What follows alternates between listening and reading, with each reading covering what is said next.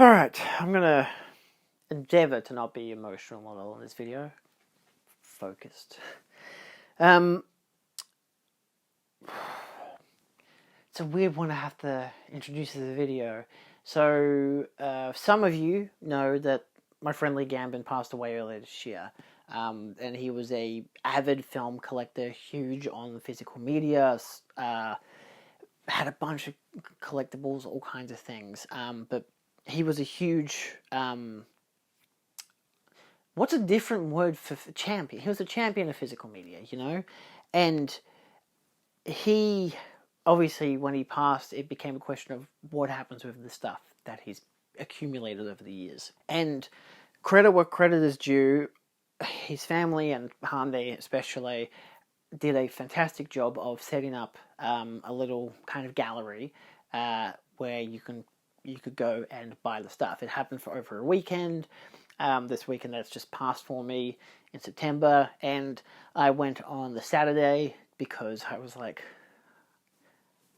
I want to get stuff, obviously. There was things I already knew that was going to be there that I wanted to get as a collector of those things, and stuff that I wanted to get just as a friend of Lee's. Something I wanted to get to remember him by, which, and my dad emphasized strongly, as much as it's a thing where you can buy a lot of things that like, oh, look at these little knickknacks, whatever, buy something that has value towards that. And I went overboard, simply put.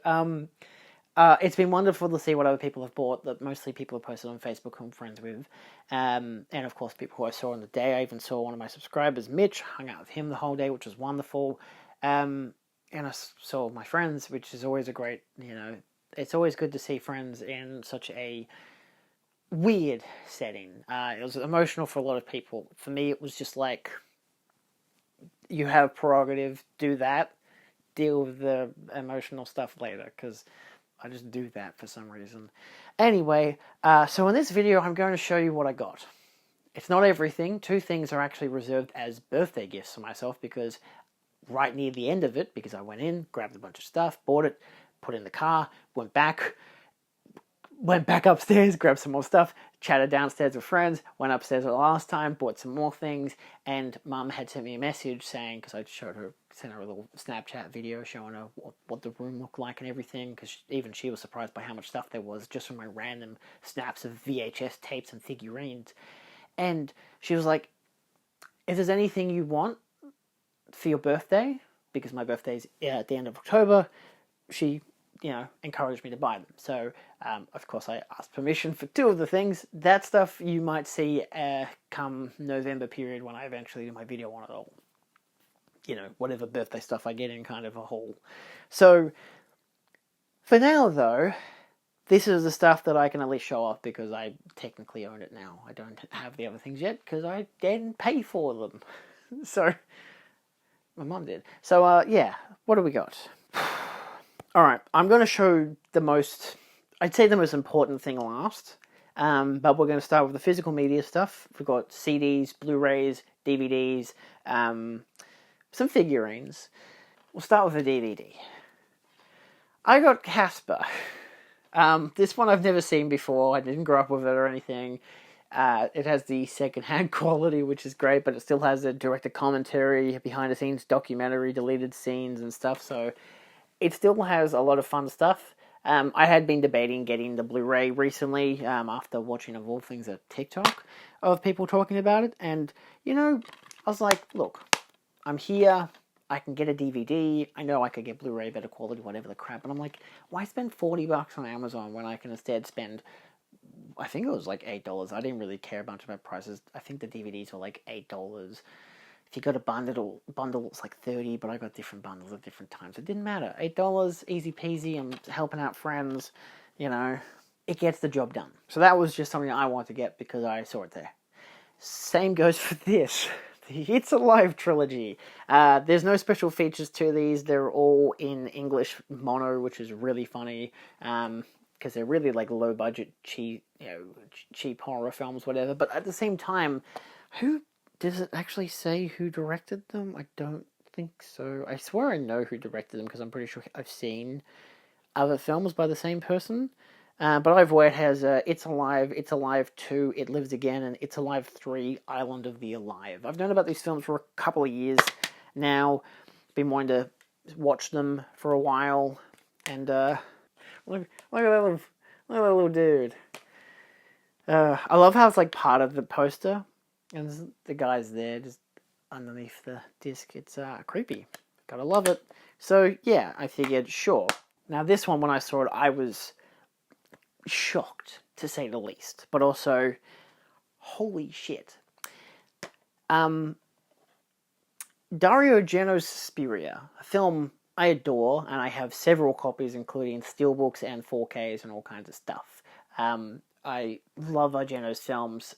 This is my favorite of his. It seems like most people's favorites, unless you go with something like Deep Red, it's like one of those things with like Tarantino, where in this case for me, Suspiria is my favorite, but Deep Red I think is his best.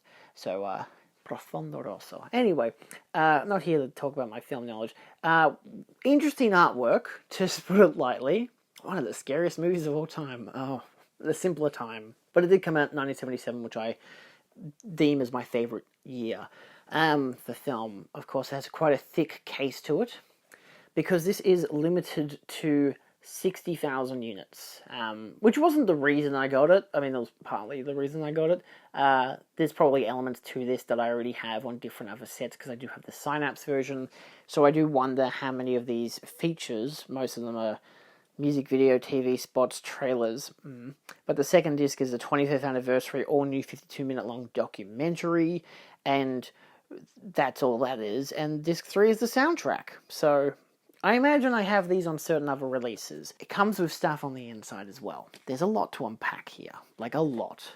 So you get the movie on one disc, extra sleeve for just where you put all the stuff. I don't know why disc cases are like this for DVDs sometimes, but this is what they used to do. Yes, that's the documentary and the soundtrack, which is great. It is an amazing soundtrack, which I already have, of course. It does come with a little mini poster, which actually is also the chapter selections. A lot of artwork. I love it. It's beautiful. You get a booklet, which is the same artwork. It's similar artwork. What a way to advertise the film. So yeah, and this obviously goes into all the artwork, the Ladies of the Academy, which I know Lee would have loved. And this is a really goofy looking book. But it's a big, thick booklet, just talking about the film. You know, got some more images and whatever, some interviews of Jessica Harper, which is nice. There was an interview, I think, with Argento at the start as well. What? She hadn't seen the sequel? Ah, Jesus Christ, Jessica. What? It's not your job to do that, but you could have. Anyway, yeah, and of course, Goblin making the score with Dario Argento there on the left, which is all good. So, it's a fun booklet. And then there were these. This is still in its shrink wrap, so Lee never took these out. Unfortunately, I'm going to. Though, you know, I have no idea if Lee was much of a fan of, like, I was gonna say, was he a fan of art cards and stuff, but he did actually have individual lobby cards, and obviously a lot of posters. I say obviously. He had a lot of posters as well, so I very much imagine he would have taken this out eventually, but I don't really know why he didn't. Nevertheless, so that's obviously the poster from the front of it. Oh, these are little lobby cards. Little stills, so let's go. We've got that one. These are really nice. A bit washed out and over contrasted for that one. It's a pretty iconic shot of Susie. Prints by Deluxe. Another one of Susie. A lot of these, like with most modern sets, are still in the booklets and everything, which is kind of amusing. But, yeah. That's not too bad. So, yeah, that's, I don't know. It's an Anchor Bay release. So this is the Anchor Bay limited edition. So, yeah. It's a really nice, solid release. Then we get to some Blu-rays. There is meant to be a third Blu-ray. Where is the third Blu-ray? Let's start with the third Blu-ray. Then we get to the Blu-rays. So we have Lovers and Other Strangers. This is a Kino release, which I saw a bunch there, and I was just flicked through them to see which ones I didn't have, but also to see which ones had, in this case, commentaries. And this one has a commentary by Lee. So that one seemed very much a... Well, I've been collecting as many releases of his films that he's worked on physical media releases for, so it seemed like a very obvious one to get. You know, it was funny because Dad was looking at it and he's looking at all the names. He's like, I know all these names, but they're like all B-movie stars. And I'm like, yep, now I know why Lee did the commentary. He would probably be just talking about all these actors and all the other films that they've been in, and why they got onto this film and whatever. Because there's a lot of people in that film, and he would know every single one of these goddamn people and know every single thing about their careers. So that'll be one to look forward to. One that had nothing to do with Lee, but I just figured, I don't have this. It's Tarzan the Ape Man from 1932. I believe. I think that's correct. Yeah. This also comes with a documentary, Tarzan, Silver Screen, King of the Jungle, Cartoon Classics, I Wish I Had Wings, and Moonlight for Two, an original trailer. So, yeah, it's the Warner Archive version. It looks a bit funky-doody, but, it's probably just because of the artwork. This one Lee had actually suggested to me a couple years ago. It's called The Daydreamer. I can't remember why he told me about it. I feel like he had texted me about it, like, oh, we're getting this in, you should get this, because he used to text me with, like, things that I should get. Eventually it became Facebook messages, and I think when I got rid of my old phone, those messages, like, are still on it, but I don't know what that old phone is. But, yeah, so he had suggested this a long time ago, so, it's not the way I intended to get it, but it is the way I have it now. So yeah, it does also have an audio commentary with Rankin/Bass historian and author Rick Goldschmidt with film historian Lee Gambin. So he did also work on a commentary for it, which is really nice. I'll be really interested to watch that and to listen to the commentary. So now we're getting to the heavy hitting stuff. This first one was one I saw, and immediately reminded me of Lee. If I wanted something that would remind me of Lee, it was this, among other things. It's Halloween 3 on VHS. And this is important for various amounts of reasons. The fact that I've always loved this film, and the fact that he did as well, is beautiful. But the day after he passed, I watched the Viavision release, the newer one, that came with his commentary. And he was talking about this and how much he loved the VHS artwork. And of course, he did, because this is new, technically in terms of condition. I say that because, and this is something I've never seen before because I didn't grow up buying new VHS. The cassette is in shrink wrap. Like, mint condition shrink wrap, which I've never seen before. I was like, I didn't know that they did that. And I mentioned to my parents, and they're like, yeah, that's how you used to get new VHS. It would just, be in its shrink wrap, which seems like the obvious factor. Lee bought this, or someone bought it for him, because he loved the film, and he loved the VHS artwork. Which is great, because I do too. I won't be taking it out of its shrink wrap. I'm going to leave it as it is, as a memento. Yeah. Because I love the film, and I already have, several other releases of Blu-rays and 4Ks, so I don't need to watch a VHS. But I appreciate that I have it, and I appreciate that he bought it just for the factor of this. Or someone bought it for him just for the factor of this. I mean, hell, he might have intended to eventually take it out of its shrink wrap and watch it. I don't know. I don't know if he was like me with Blu-rays, where he would buy them, take them out of their shrink wrap, and then be like, I'm going to leave it on the shelf and watch it later. Because there were some that were there that were brand new. Probably some that he'd gotten because he'd done work on them, or they were gifts from people or something. But yeah, there were still some Blu-rays there that were still in the original shrink wrap, which was really interesting to see, for probably more dramatic reasons, because in my mind it's like, oh, maybe someone bought it for him, or he got it from a company or whatever, and he just never got around to watching it. In this case, he might have just bought them and just never took them out of their plastic tin because he never watched them. So It's hard to know, obviously, but yeah, this one's great. This one's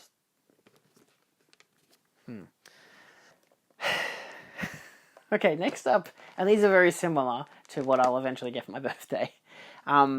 These two are things I've been wanting for a long time, been wanting to collect for years. And if you know me, you know I'm a huge Universal Monsters fan, including, of course, the creature from the Black Lagoon and the Bride of Frankenstein.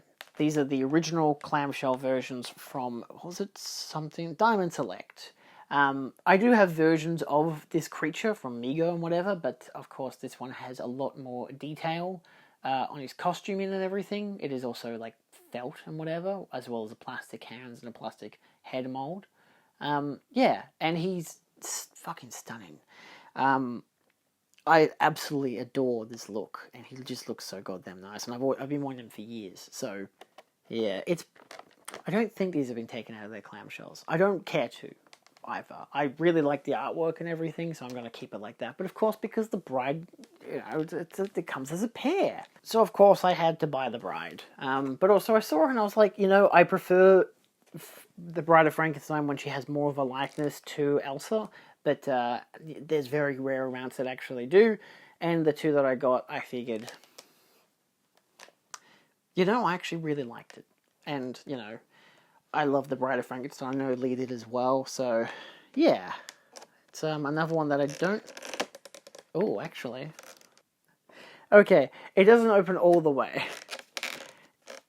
I think it's just because this part is like a dotted line. He also got this from Minotaur for $23.95. So, given he worked at Minotaur for a long time, and that's where I met him, yeah, that's interesting. So, I wonder if they got that imported or something, or maybe he saw it on the shelf and was like, I want that. She's beautiful. This next one is exceedingly large. It's Universal Monsters again. This is the Legacy Deluxe DVD set. I mostly wanted it because, of course, it came with busts of the original, 3 classic monsters, the Wolfman, Dracula, and Frankenstein, including saying who portrayed them. You had Frankenstein, Boris Karloff, 1931, Dracula, Bela Lugosi, 1931, and the Wolfman, Lon Chaney Jr., 1941. It does come with the DVDs. You have Frankenstein on one side, which does come out as well. You can open it from the top. Dracula, but that's the Wolfman. Yeah, the Wolfman lives at the back. I couldn't fit him in, but also they kind of doesn't know what the DVD is for Dracula yet, which I don't really mind. Obviously, eventually, yeah, sure, it'd be nice to complete the set, whatever. But and they are designed for these sets, so yeah. But I didn't buy them for the DVDs. I've already got the Blu-rays. But yeah, so it's just a nice set, as you can see there, without it focusing on me. You get the 3 different disc packs. They actually open up on the wide side, which is interesting. I guess most cases do anyway. But they've got like sleeves as well on the front, so like you got the lightning there. It's part of the sleeve. And yeah, all 3 monsters for the Legacy Collection. Exclusive hand-cast, hand-painted busts from the award-winning Sideshow Collectibles creative team. So it's a very heavy, very beautiful set. And yeah, I've been wanting it for a while now, and it seemed like a great opportunity to get it. It seems weird to think opportunistic in terms of this kind of a situation, but it is where like a rationality of my mind went to when I saw the photos. I was like, I want that because I've been wanting that for years, and it's like, buy it under bad circumstances, regretful, but at the same time, it's a sale of stuff. That's why it seems so weird, like ethically, and I think Aaron and I were talking about this as well. It just seems weird, because it is weird. I don't want to say it feels disrespectful, because at the same time, he would have wanted us to have this stuff, given how much of a champion he was for all this stuff, and I knew his love for the Wolfman and the original Universal Monsters, and there was a lot of stuff there, and so it's nice to have that. So, yeah. You know, the weirder part would be if someone sees it on the shelf one day and it's like, man, that's so cool, where'd you get that? And then I gotta, like, be like, I bought it at a treasure sale. The last two we have are records. One of these, you might be like, you sure about that? This is the one you might be questioning. It's Xanadu. I've seen this on the Criterion channel, and I'm like, this is a mess of a film. It is beautiful, and I love it, but every time I talk, I hate it. But the soundtrack is insanely good. So for a record, sure. Yeah, it was $40. But they did have these beautiful stickers that they made. Of course, for the collection, which I really like. It's something that I'll keep with it. They were also refurbished by one of Lee's friends who worked at this place, Coco Bananas. So shout out to them in Footscray for putting in the work, because there was a lot of vinyl there, so I really appreciate that. I'm going to try to handle this with care, because I'm still learning how to use vinyl. I'm so young. But yeah, this is a excellent soundtrack, and I'm very, very excited to listen to it. Because at the same time, as much as I bought a lot of this stuff, and you'd think you'd want to abuse it, whatever the fuck, and I don't plan to, but it's more the fact that if I still want to have it as something to listen to, because this on vinyl would sound probably amazing. So, yeah, I'm not going to take it out because I don't think there's much like to show. Oh, or maybe there is. Yeah, there's obviously some wear and tear to it.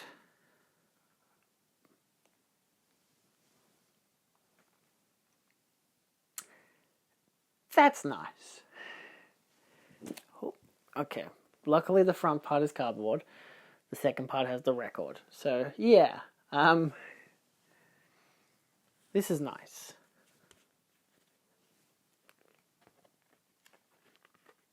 Okay, so it's just got a sleeve. Looks like a big picture. Oh, okay.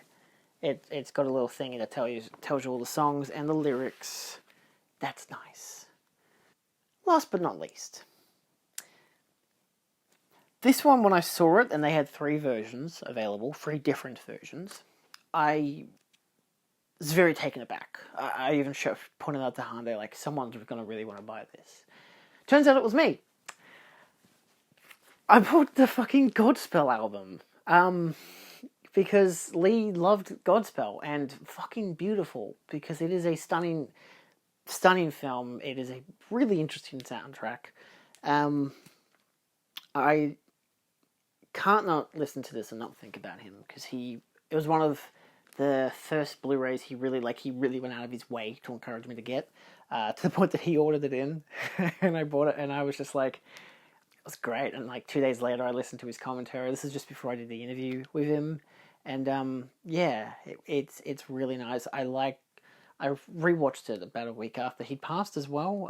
Not with his commentary. I just wanted to re-experience the film. And this is stunning. This is such a beautiful. I know it's expensive. It's $100. Trust me, I was aware. This is an original from 1972, which is crazy. And that I have it now. Someone who, not a vinyl person. I like vinyl. I've gotten into it more of recent because my brother's been buying more vinyl. So I'm not the only physical media collector in the house. Okay, I think... Is it just broken? It's just very old. Okay. There's like a looseness to the back of it, which is very much this is really old. So I'm going to put it back in its sleeve. But yeah, this was the thing where I saw it and I was like, this is Lee. I think someone had been telling me a while, I think just after he passed, how they had found a record for Godspell. It could be this one, it could be one of the other 2, because there were 3 in total. I'm going to put that away after I filmed. someone had been telling me about how I think they'd gotten him the score towards I don't know, something Godspell related they had found and they'd bought for Lee. So whether it was that, and now it's in my hands, is kind of crazy. But to make up for it, I got the CD as well. Because they had it there for $10. And it seemed like, yeah, I was going to get this. Mostly because it means I can burn it onto my computer and listen to it on my phone. Which is great. It has 15 tracks. Which is very nice. It's very reflective. So yeah. Yeah, I gotta find places to put this stuff now. The Godspell one, I wouldn't say because of its age I don't want to listen to it. I don't know, at the same time I feel like it would be disrespectful not to listen to it. But at the same time, I want to give it some time to learn how to use vinyl properly. Because again, like I said, I've been using it more and more because my dad has such a selection, and they're original pressings from the 60s onwards. Like, this is some old stuff. To the point that my mum has a Jane Fonda one, which was a workout mix. I just threw on while I was moving rooms. So that was like really amusing to just like, and we've got a kind of record player where you can just click start and it auto drops. It knows where to do it, which is great. It plays out of the TV. Sounds great. So that'll be really, really nice to listen to both of these two with. Yeah, and look, if I only want to listen to Godspell once on vinyl, at least I can have it. I can put it on display somewhere. Cover it in resin. No, I'm not going to do that. Frame it. I think Mitch suggested to frame it somewhere, which I think would be really nice. But I've got the CD, so I can just listen to that. I know I can stream it as well, which I have actually. But yeah, so yeah, I spent a couple days doing extra filming jobs to basically buy a lot of this stuff. Like, I wasn't just going to go in there and be like, I have all this money, tickets, whatever. A lot of my mentality for this experience was because I've been looking forward to it for a while, mostly because it's an occasion to see a lot of people. Like with the Cinemaniacs, I look forward to it. There's obviously a lot more sour of a connotation, obviously, but I knew that there was things there that I wanted to get as a collector of physical media, as a collector of figurines and stuff, because him and I had a lot of the same interests. And I like how I can get versions of that can reflect that, I can look at these films and I can watch them and be like, yeah, I can see why they like this. Whether I like it or not, it doesn't matter, because it's just like, yeah, it's just nice. And I like that I have that ability to be able to do that now with all this stuff. And that was the point of this treasure sale, was to allow people who are friends, fans, family, whomever, to have a part of his life and to keep it in a physical part and to immortalize it more. I was just very strategic about it. So, like, even Mitch, and I'm not throwing shade or anything, he didn't get anything initially. I found a documentary that they had on a Criterion copy. It was to do with a gay politician in the US, and I'd heard of it before, and I was like, this seems interesting. But Mitch also said that he wanted to get it as well, and I was like, well, I encouraged him to buy it, because I was like, I don't mind not getting it, because I've got the Criterion channel, I can probably watch it whenever, but I'm also like, I want him to go home with something that reminds him of this. So yeah.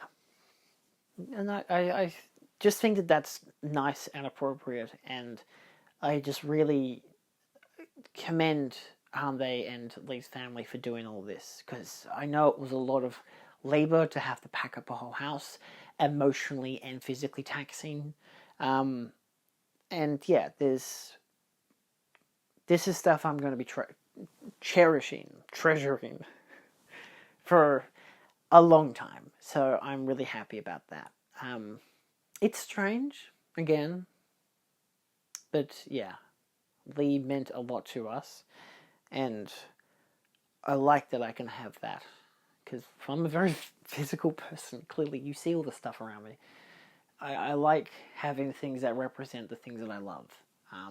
So, yeah. Anyway, thanks for watching.